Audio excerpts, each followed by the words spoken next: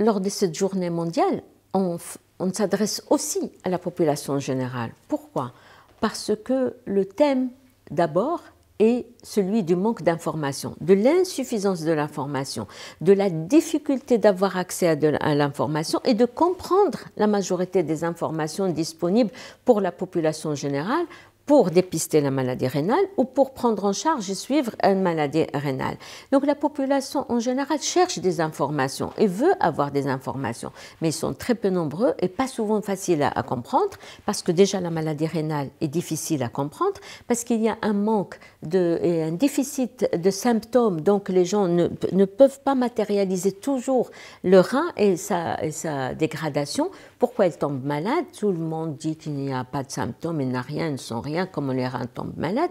Et puis, on ne donne pas attention, par exemple, dans le suivi, il y a des gens qui font attention à d'autres maladies, qu'il y a des dépistages, des pathologies qui font peur. Mais le rein, jusqu'au moment où, malheureusement, la maladie s'aggrave et on arrive à l'insuffisance rénale chronique ou terminale avec besoin de dialyse. La population peut faire énormément de choses. Elle peut faire déjà beaucoup de choses pour protéger les reins. Et quand on protège les reins, on protège la santé de l'organisme de façon générale. Par exemple, boire beaucoup d'eau. Le travail du rein est facilité quand on boit beaucoup d'eau, beaucoup de liquide. Si on n'aime pas l'eau, on peut le remplacer par d'autres liquides qui ne sont pas dangereux, en s'éloignant de tout ce qui est toxique pour le rein. 1. Les médicaments, 2. Les plantes, la cigarette, la drogue, et les conserves, etc., etc. L'utilisation des médicaments de façon anarchique, et tout ça pour protéger les reins. Pour protéger les reins et essayer de comprendre comment ils fonctionnent et les aider à rester en bonne santé.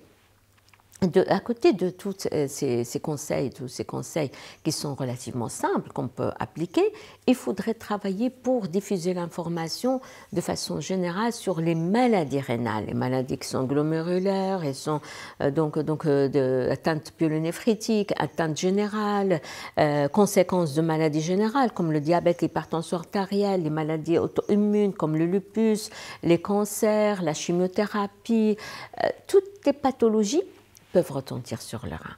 En plus de toutes les maladies qui sont spécifiques au rein, comme les maladies génétiques de plus en plus nombreuses, et les malformations, donc les problèmes héréditaires, donc congénitaux, avec lesquels l'enfant naît et qui peuvent s'aggraver avec le temps. Là aussi, on doit faire un effort important pour le dépistage. Pour cette raison et pour accroître l'information, on a toujours travaillé au niveau de l'association rein pour diffuser l'information la plus simple possible par tous les moyens.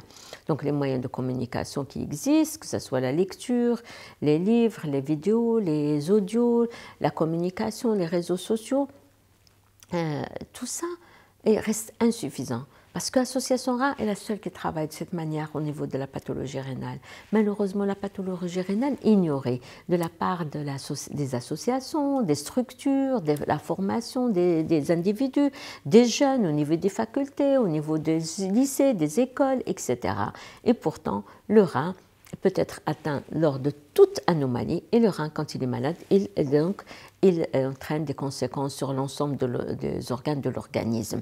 Pour cette raison, l'association rein lance une campagne d'information et de formation à l'occasion de cette journée mondiale qui va démarrer le 4 afin d'essayer d'offrir à la population, chacun selon ses possibilités donc de compréhension, pour avoir des arguments, des éléments leur permettant donc de comprendre la maladie rénale pour participer et prendre le relais pour stopper cette maladie rénale qui ne fait qu'accroître et qui, tous les jours, elle atteint, elle dégrade la vie d'un ensemble de nos concitoyens, enfants, jeunes, âgés, personnes actives, etc.